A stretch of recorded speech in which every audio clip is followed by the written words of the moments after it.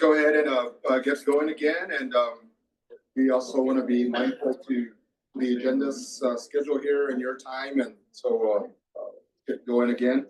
So thank you for the earlier panel. Very intriguing, very exciting to hear the work that's being done not only by the liaisons but in their own business. And I've always said, you know, I'm an entrepreneur myself, and it's hard. It's hard work. Right, so I'm really appreciative for what you shared with us and where you're at in that process. So this panel is going to focus on the entrepreneurs themselves, specific to the small business owners. And as we go through this, you know, being a former tribal leader from my pueblo at Laguna, I'm going to share a perspective that I've seen there in our tribe, and as we've always said, you know, one tribe, one tribe. We're all different, and we all have different situations. But I'll share some experiences from ours that I think can help entrepreneurs, but also has brought challenge for our entrepreneurs. So I'll share some of that. But before we go any further, I want to take the opportunity here to have our panelists take some time to introduce themselves. Quick introduction, your name, business, your tribe, and then we'll dive into the conversation. So with that, let me go ahead and start here. Thank you. Yat A. Loris Manuelito Engineer, Nakai National to Hanapashishi. My name is Loris Manuelito from the Mexican People Clan and Near to Water Clan. I hail from Tohatchi, New Mexico, and Navajo Nation. And my business is in a marketplace, and I'm also the president of Manuelito Corporation, and working on developing a 55,000 square foot grocery store near Tohatchi, New Mexico. So thank you for coming, and I appreciate your time.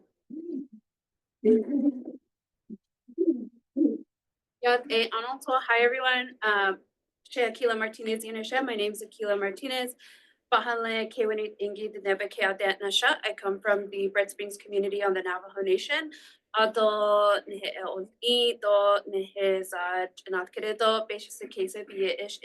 I make language and culture revitalization tools in mobile or modern media, also in XR technology. So that's augmented reality and virtual reality and mixed reality. So I've created a business around that structure with an emphasis on creating a circular economy that revitalizes language and culture as well.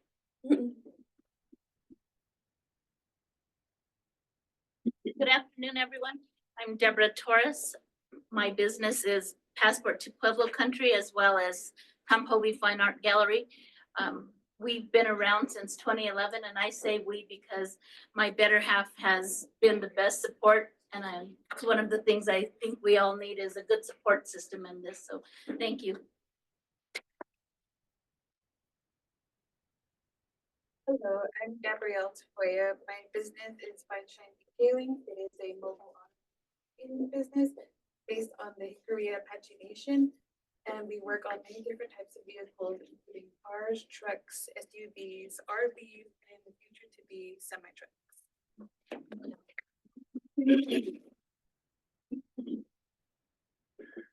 I happen to know Deborah and Elmer, so I'm glad he's recording. She called him her better half. He'll use that later. So thank you, everybody, for introducing yourself and taking time to be here with us and share your experiences.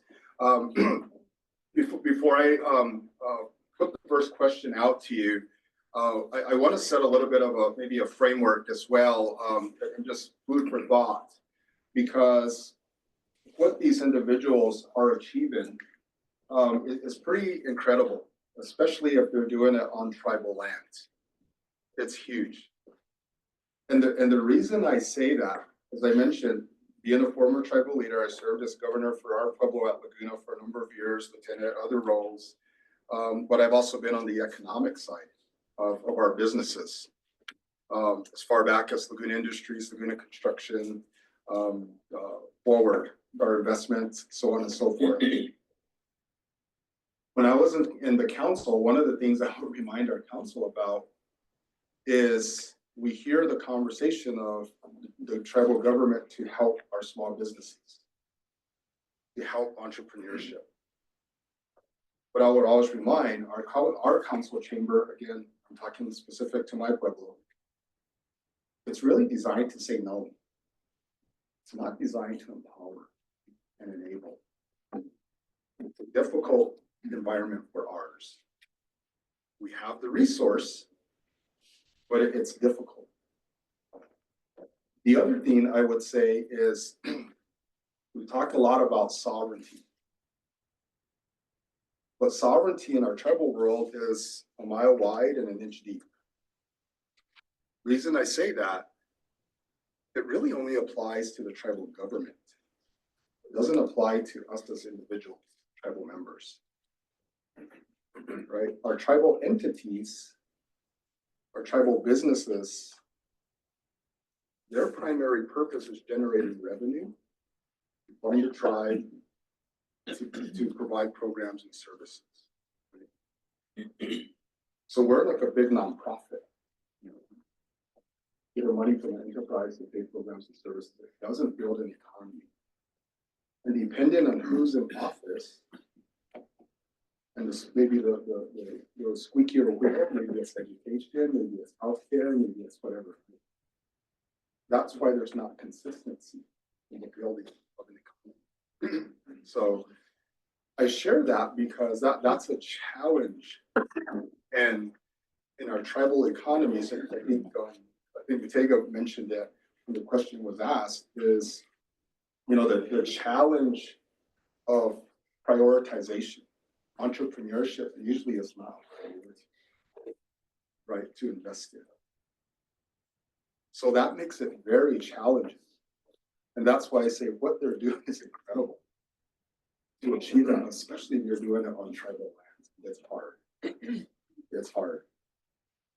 And I myself, I do my business off tribal lands because it's so much easier. So much easier. Right? So I wanted to set that tone because I think it illuminates the accomplishments that they've achieved, regardless of the challenges and the barriers that may be there. And so with that, I would ask all of you, how has the support that's been provided by the Tribal Liaisons and the Tribal Entrepreneurship Program helped you in your business? Share a little bit of how this has been impactful to each of you to get to where you're at today. So, Lars, let me start with you. Thank you. First of all, I would like to congratulate the Tribal Liaisons for their work. Very incredible. And can you hear me back there? My voice is very, very low. I'm sorry. When I had pneumonia, it was even worse. They gave me a microphone. I was even told to carry a microphone with me. Interesting. Oh, yes. I feel like I'm making an Instagram or something on where they talk to your little microphone. I used to wonder about that.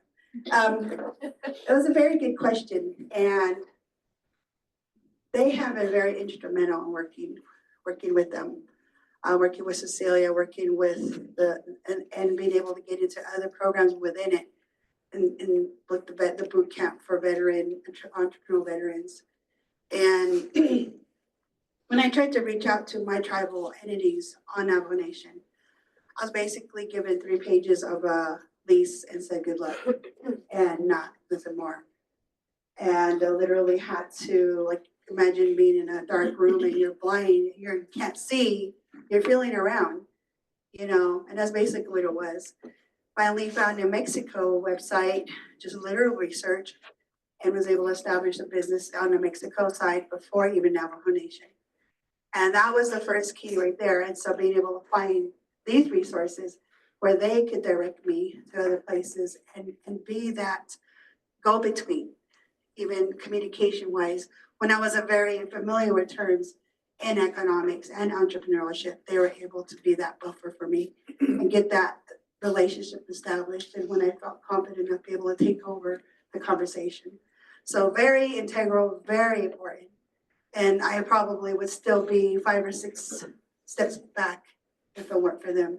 So I'm very grateful and always continue to be grateful. And when I think of other times when I'm gonna be able to speak again, we'll be able to give them a thank you and where I'm at that time as well. So thank you in ahead of time for everything, and thank you for everything you've done so far. I really do appreciate it. Thank you. Thank you. Yeah, so originally, I think that, so first of all, thank you to UNM Rainforest Innovations and the Tribal Entrepreneurship Program for making this amazing event possible. I thrive in like entrepreneurial spaces, so this is amazing.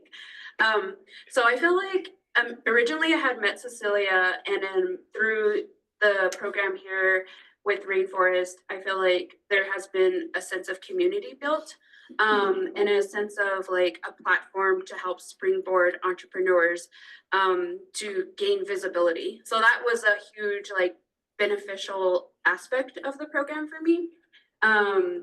Cecilia had connections to nominate people for the New Mexico Women in Tech Awardee system, and that she was like, there needs to be more indigenous representation in these spaces. So they had nominated me, and I landed the Emerging Leader Award through them.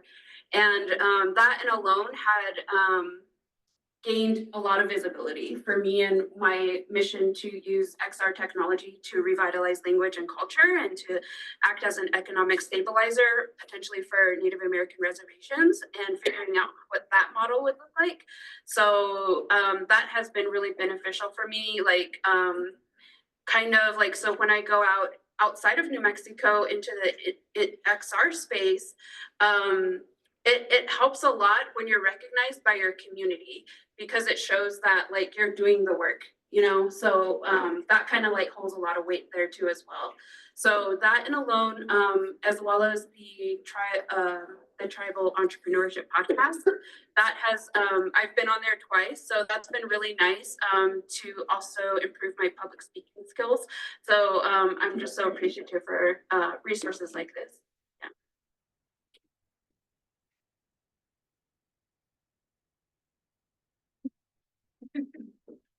Again, thank you, everyone. I want to say thank you to UNM Rainforest and the opportunity. I'm going to take a step back. Not only am I an entrepreneur, I am a tribal liaison for the city of Santa Fe through the UNM Rainforest. So I see a lot of opportunities that have been missed that we're looking forward to capturing. And one of the things that I'd like to say is, in 2011, when we started our business, there wasn't any resources. It just was very limited. And I think with all of the growth, I appreciate every single tribal liaison that has come through UNM Rainforest. That's wonderful. I think the programs that have finally begun are amazing.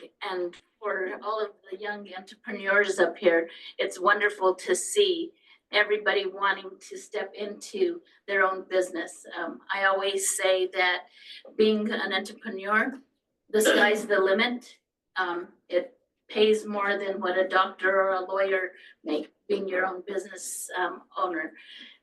With that said, I think the things that can be remembered through this is, Governor mentioned, the resources that you may not get from your tribe are available elsewhere. One of the things that we saw is when we started the business, I asked, what are the business regulations? What are the policies? Who do we register with? We had none of that. Till today, 13, 14 years later, we still don't have anything in our community that gives some guidance to other entrepreneurs that want to come up. So these tribal liaisons make the difference in terms that bringing state, county, other entities into this, along with a lot of the resources that are needed for pure development for not only our generation, my generation, other generations to follow. And I think that's key when it comes to the resources that need to be available.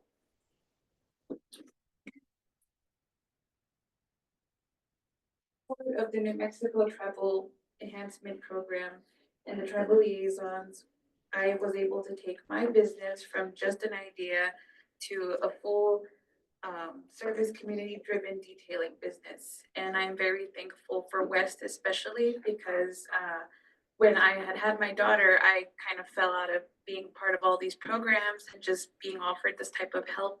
And if it wasn't for Heather being a tribal liaison at the time, I wouldn't have gotten back into it. But she's been very helpful with everything. She helped me get back on track. She showed me like opportunities that were out there that I didn't even know of, like with AIBE at the time. When I was part of them, they helped me with like a free computer. They helped me out with classes, and with West, they offered like workshops that we could attend in person, which I found super helpful. And now we like have our own like a network of people trying to help each other, and it's just been a great journey. And yeah, I'm sure that's the same. Sorry. Thank you for those responses. Those are really great. Yes. So the next question I want to ask is, you've all been able to build a client base, a market. Opportunity is abundant, but access can be rare, right? How do you get to your market? How do you access your market? So if you guys can share with us, you know, what are some tips you would give to others on how to access the market? So we start with this. Okay. Sorry. Opportunities abundant, right? It's all over, but access to your market is something you're looking for. The way that I started to access my marketing was I just started to put up flyers everywhere, every town that I went to that I was okay with servicing. And now I am more confident in servicing a lot of other places surrounding us. I expanded the, I guess the route to northern New Mexico and southern Colorado area. So as long as you're within that reach, I can go to you and offer you my services. I've also created an online presence using a lot of social medias and a web page. And just putting my brand everywhere, my logos. I had to create a custom logo, which has been very helpful, more professional looking. And of course, word of mouth always worked. Thank you. Again, to your point, it's abundance. The networking is very important. I think for our business, what we did is we're part of tourism and we're part of the retail sales. So on the part of the retail sales is we're able to help over 100 Native Americans sell their craft, sell their art, sell their precious metal. That to us was important. We did early on have the opportunity to be part of a grant that really kicked in for our marketing, and that was very helpful. We were able to, I feel ancient, 2011, we had help getting our website started, some of the social media. We had all of those opportunities through these grants, and I think that's one of the things that we're missing is there's so many grants that go untouched that we really could be utilizing as entrepreneurs. One of the other things that I say is that here in New Mexico, tourism is an $8 billion industry, and Native Americans are what people come to see in New Mexico, along with some of the other cultures. This is how Passport to Pueblo Country was born, is I had somebody come to the Pueblo, and this person was a tour guide.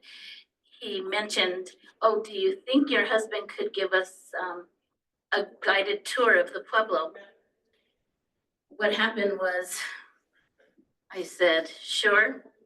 Then I went to this person's website and noticed what they charged these people to come for the tour. And I said, if somebody's gonna pimp out my husband, I'm gonna do it.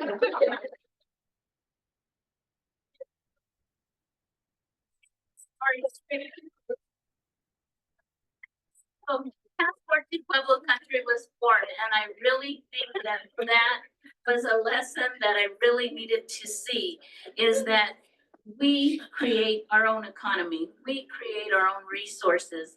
And since that, I know some folks were here visiting with us on Tuesday. We had an industry day over at our Pueblo. Elmer and I sponsored it. We invited as many hotels in the community, the city, the county, Los Alamos came, so that they know what we're capable of doing. And I think that's part of marketing, is really networking. That's free. We don't always have the resources for paid marketing, but as long as you can network, that really is helpful. I asked if she'd come to, San Ildefonso Pueblo to detail my car, and she said, it's not too far, I can do that. So that's how marketing starts, and getting the word out, that's really helpful.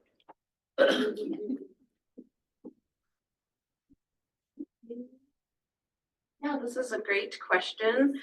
I feel like there's different layers that I approach this, that I have been approaching it for me personally. I feel like at the basis of it all, though, is storytelling. Like, the story of why you got into your business really matters, and that's what captivates people and makes people want to support you. I've basically, I forgot to mention my business name earlier, which is Glittering World Girl.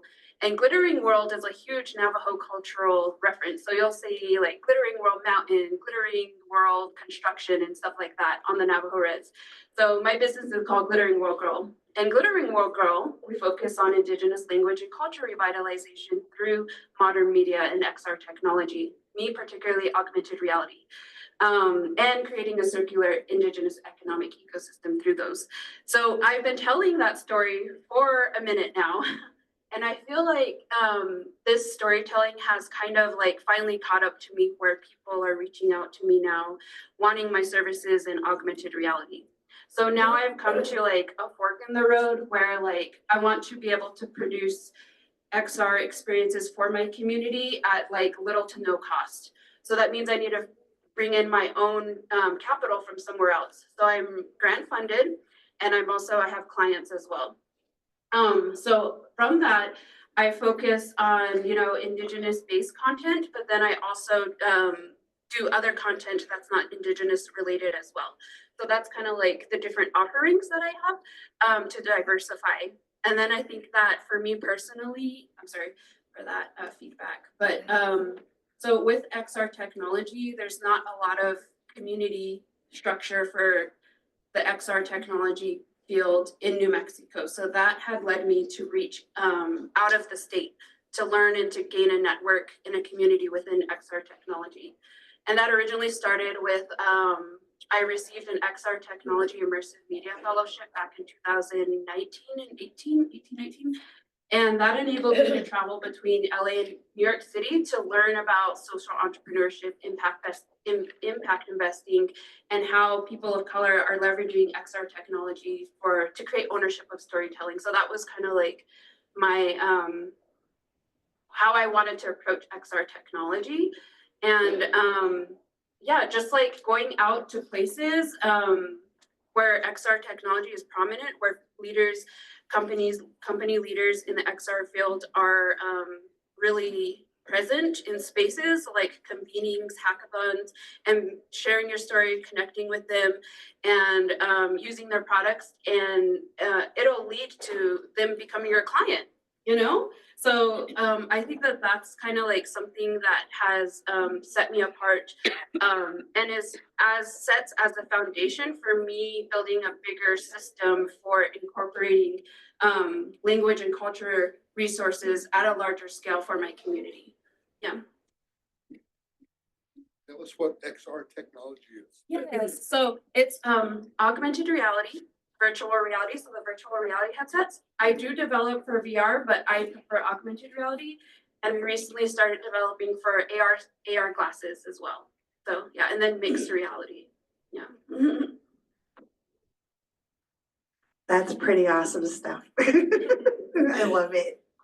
I'm IT, so it just totally jives with me. And I'm wondering, how can I use her XR technology to be able to promote what I'm doing and, because one of my main premises is being able to bring on collaborating with other Native entities of what they do, so that we can, as a whole, develop our own systems, our own economies, our own empowerment. And if they're women, the better, because we need that as well. So I'm always about that.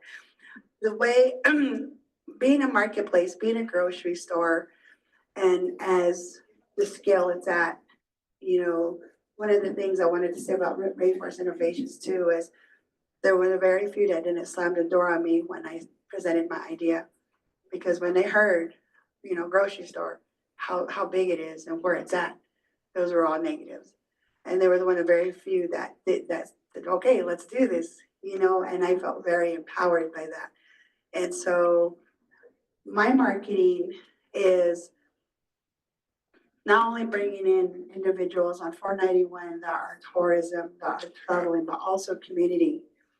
Community has endured generational, historical, so many different types of traumas now that they're still bringing on board, and very hesitant to trust new things when what's happening now is okay. Breaking that cycle, breaking that through those boundaries, and being able to get them to say, yes, we can do this, is one thing that I found that inadvertently I'm as I'm doing marketing. So online presence, I have my business plan on my phone. So that's what I was looking. You're wondering what I was looking at. I was looking for that. So because there's so many different ways to reach out to people, to community members, to give them the idea of what the grocery store is. It's not only a Smith's or a Safeway. It's not any of those. It's not a Batches. It's not a City Market. It's not Navajo owned. It's individually owned. And they're getting used to the idea. I like to see a whole executive branch just sit there, watch them get used to the idea that, oh, I don't own you, but I have to support you. Yes, you do. And you have to fund me. And holding them to those ideas that, you're going to talk the talk, you're going to walk the walk. A lot of people, it was discouraging, and I felt like, wanted to encourage that frame of mind and keep going in that spirit of entrepreneurship, because sooner or later it needs to be done.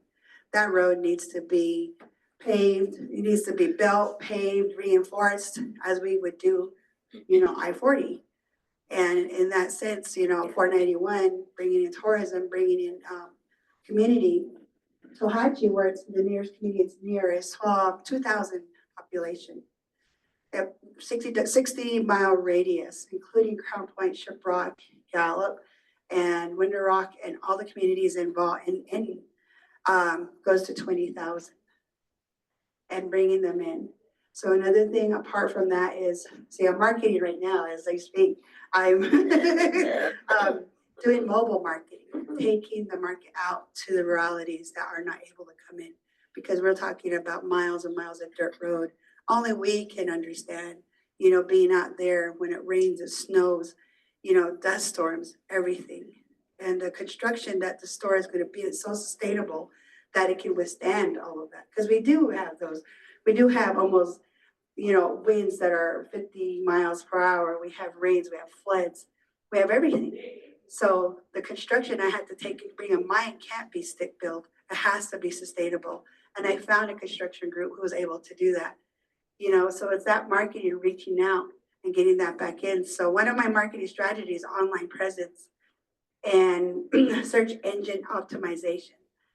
And for them to put in keywords and a marketplace will pop up. And also digital marketing. I'm already thinking about my proposal to you. Digital marketing, but not only that, our older generations, they like to see you. They like to hear you. They want to see you tangible. So going out to the communities, going out to the chapters and telling them this is what we're building, this is what we're working on. So I got a little grant from West thanks to, thanks to, Cecilia being able to connect me with them, being able to get a small marketing grant where I can start doing public surveys. So going through these chapters and presenting this and saying, this is what we're working on, you know, is another thing that I'm working on, and that's another thing I'm bringing my marketing in. Because it's tourism, it's community, it's healthy food, sustainability, food sovereignty, food, you know, sustainability. And that's how I do my marketing, is mainly reaching out. And I believe to have billboards all the way out to Colorado, to Phoenix, you know, visuals as well. So hopefully that helps. Thank you.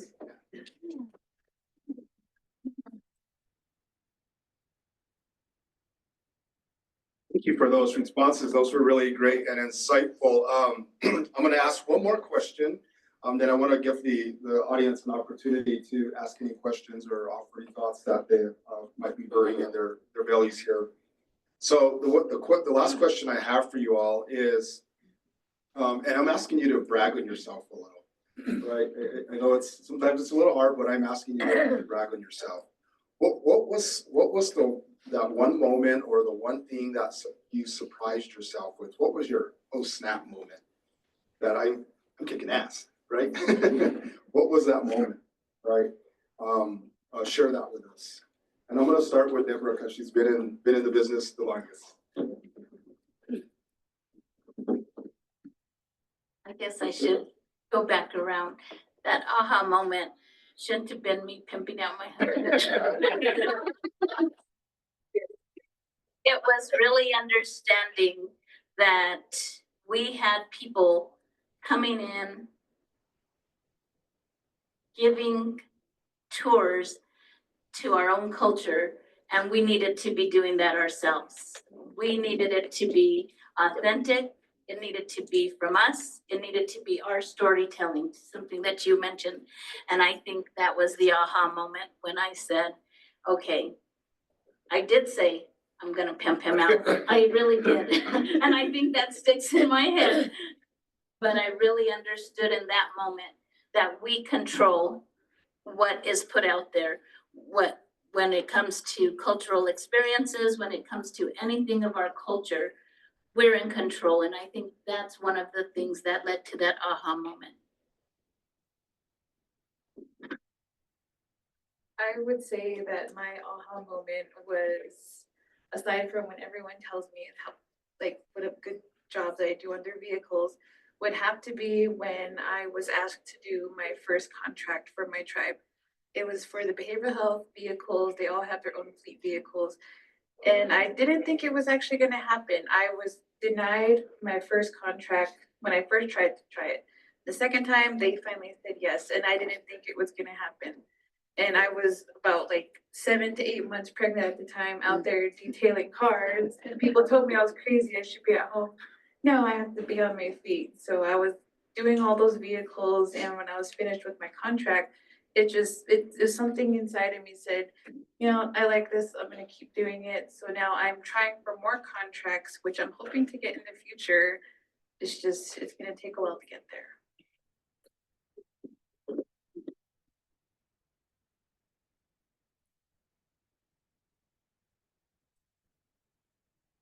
Yes, this is an amazing question again. So I'm about to get real deep with y'all. So I think that this kind of like as an entrepreneur, I think part of this really is like tapping into my higher self and the infinite self within, which I think should be like, for me, entrepreneurship is kind of like a spiritual catalyst for people to express and embody their ultimate infinite abundant self. So when I started going on that journey of realizing that about myself, and that realization that that exists within me and it exists within everyone, that's when like the opportunities that were abundant became so accessible. And I've even, so because I believe that entrepreneurship should be coupled with spirituality, and our ability to create, even within Navajo philosophy, there's 4 stages of that. Netzaha case, Nahatat, Ina and Sihasin, and it's basically a model of quantum physics. So because I want to really connect these dots with how entrepreneurship can empower people through and when they're connected to their higher self through spirituality, I developed a workshop series based off of this and got to workshop it through a 6-part workshop series last year at Diné College, aimed at artists and creators and entrepreneurs to empower themselves first, and then they'll be able to limitlessly empower their community as well. So when I realized that, that's when I was like, wow, I'm really like, everything's just falling into place. It's really amazing.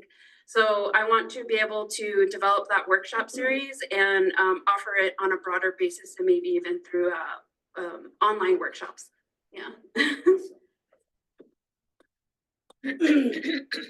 Right there, huh? Oh, let's see. Well, different layers. I'm gonna take you on a roller coaster real quick.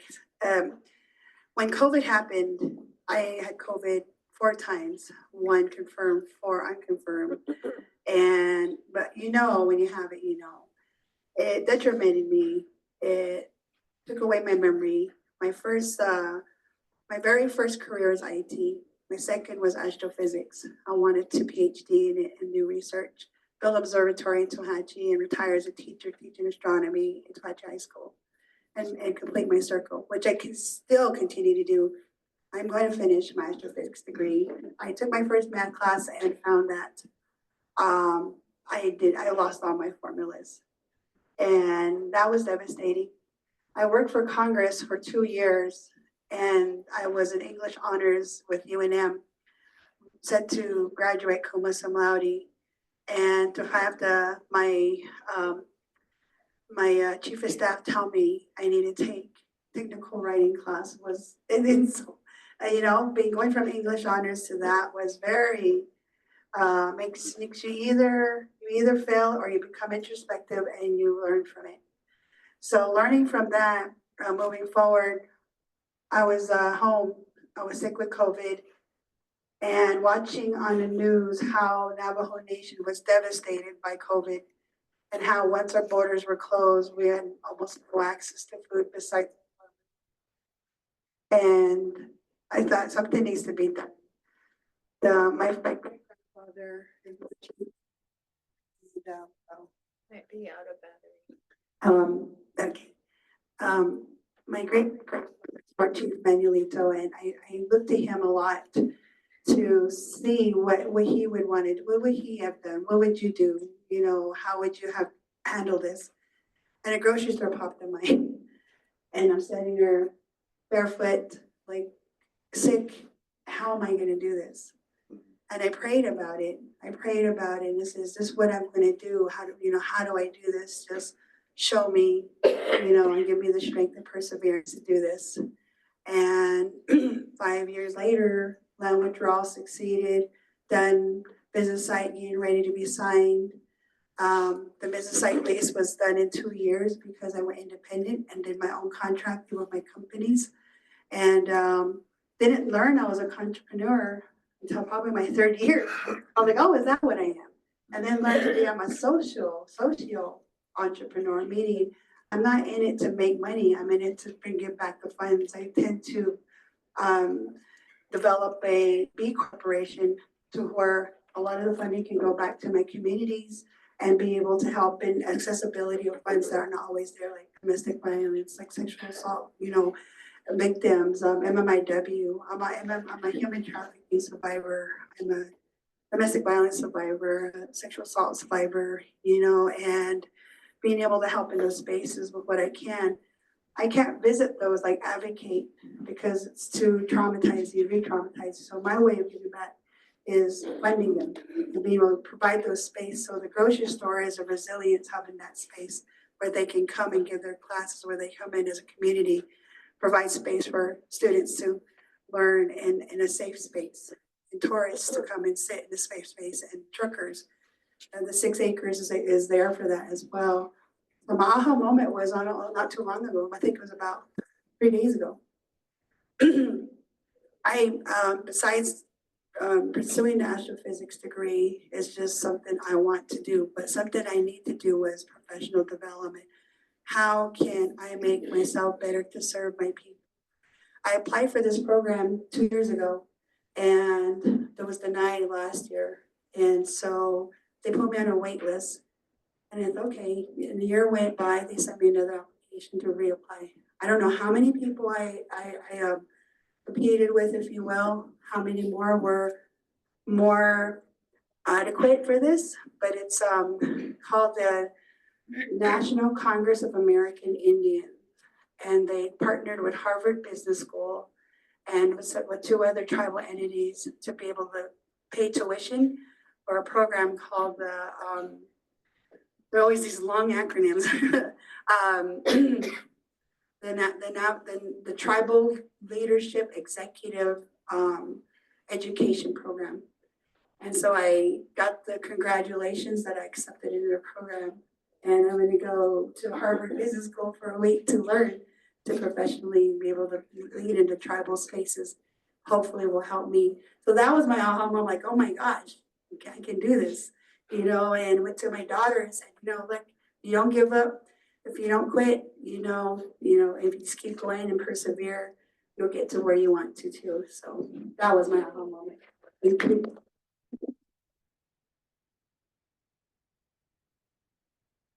Wow, pretty powerful experiences here and paths that they've taken, journeys they've taken, and obstacles they've overcome. Let me give the opportunity for anybody here in the audience to ask some questions. Tia? Okay. I'm always very curious to hear the feedback, and you're entrepreneurs, you're the folks that we've been working towards helping and scaling. And I think it's good for everybody in the room to kind of have feedback from you on what was your experience with access to capital. I want to know in the sense of traditional, when you went to the bank. I want to know about grant access, and I also want to know about CDFIs or alternate resources that you are able to access or still haven't been able to access or know about.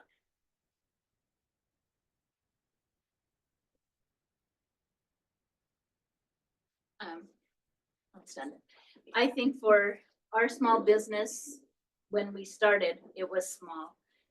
The goal was to make sure that we were able to employ other Native Americans in our business. So that meant really having a business plan. I don't think I've ever looked at my business plans since then. So I hear everybody always say, do a business plan, do a business plan. However, there's grants out there. And I mentioned this earlier, that just go untouched. There's so many resources now that we really need to have one place where all of this sits so that it's easy for you to say, hey, I need capital, I need a grant, I need access.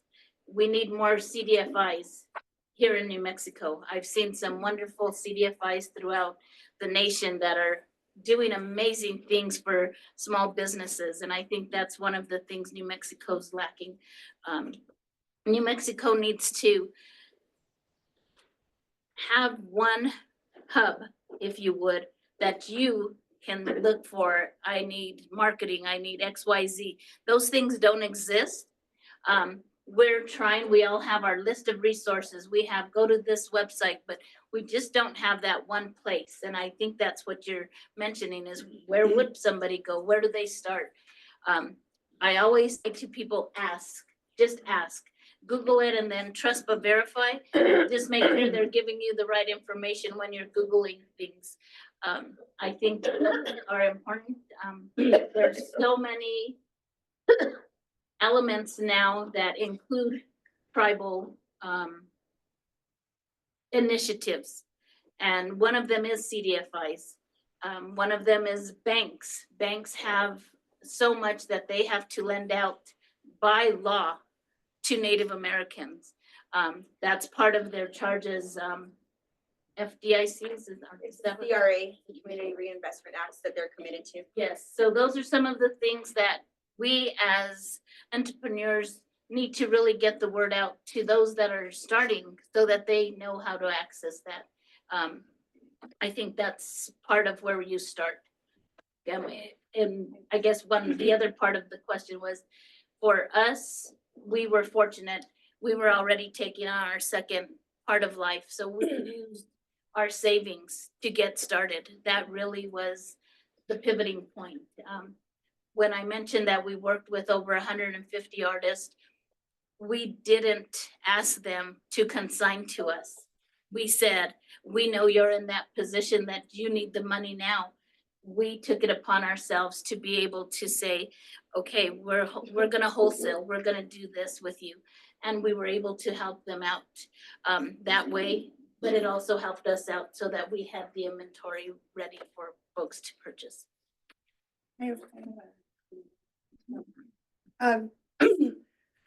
My ask was 64 million for one store, and that was stick build. I was asked to bring that half down some because of how much cost is transportation, material. And so mine is a startup. And that's another thing. We say startup, they say no. They like revenue generating businesses better than startups because we're so risky. And the higher the money, the riskier we are. So, you know, at first I kind of was insulted by that, but I thought, you know what, I'm going to take that as a challenge. So I did what they asked, and I went tribally first because I truly believe not only Navajo Nation, but tribes should be able to not only talk the talk, but walk the walk. So if you say you're going to support business initiatives, business entrepreneurs, then do so. So I did. However, I had to go out to outside resources to help me in the meantime. But I had to learn terms like capital stack. I had to learn terms like, what are you bringing to the table? I don't believe we need to liquidize our retirement to use as leverage. Why? If the company, a disaster happened, company goes under, there goes your retirement. They shouldn't have to use savings. There should be something there that should be able to, and that's what's missing. So Navajo Nation, they have the Navajo Nation and SPDCI. And that's where something I came across called food arbitrage, as opposed to food desert, meaning they politicize the food network and how it's brought to the people. And so everybody can be on board. There can be one person who's not favorable to your project. It stops there. So that objectivity is out the window. And that's what I'm experiencing now in real time. So my capital stack started with SBDIC, some CSN fund from my delegate, new market tax credits. The Navajo Nation CDFI is nil. So looking at other CDFI and still looking regardless, because food sovereignty is not going away and it's increasing, and looking at a second store. Yeah. So I would say I guess my question is, what was your experience with, and going back to what my initial question was, what was your experience with trying to access traditional lending and then the grants and then CDFIs and trickling on down to say, were you able to access traditional lending? Was it a huge no? That wasn't an option? Are you more reliant on grants, and is that something that's supporting you more? And, just to kind of give a dialogue of what was more helpful for you. Lars, I'm going to ask you to give us your 30-second response. Okay. Oh, yay. I'm good at those too. No, traditional lending wasn't there. It wasn't because A, credit, B, leverage, collateral. Can't collateralize anything on federal land. Once I get my business site lease, I can, but that was another issue. So basically, no. So we were sent to look at this, and this, like you mentioned, and go from there. Yeah. Well, I want to say, thank you to this panel for sharing their information, their experiences. The tribal leaders in the room, I know there's a councilman from Hickory. Leroy has a program, that's helping entrepreneurs. I don't know if there's any other tribal program people here, but I do hope that you take it to heart what you've heard from the entrepreneurs, and and I say we, because I've been a former tribal leader. We need to invest in our people. The innovators don't sit in the council chambers, they sit in the community. We need to invest in them. right? That's how you're gonna grow an economy. And so I would really encourage, to take what you heard today from these very courageous people in the work that they're doing and find ways to build solutions and build their businesses, build their opportunities, not only for them, but for others that may be aspiring as well. So I'm sorry, I'm out of time here, but well, if you have additional questions, No, I was just gonna make a statement that is in line with what's being talked about here, and especially what was just said. So at some point, I'd like to share that information with the group, especially the entrepreneurs. Okay, thank you, Jeff. And thank you everybody for your time.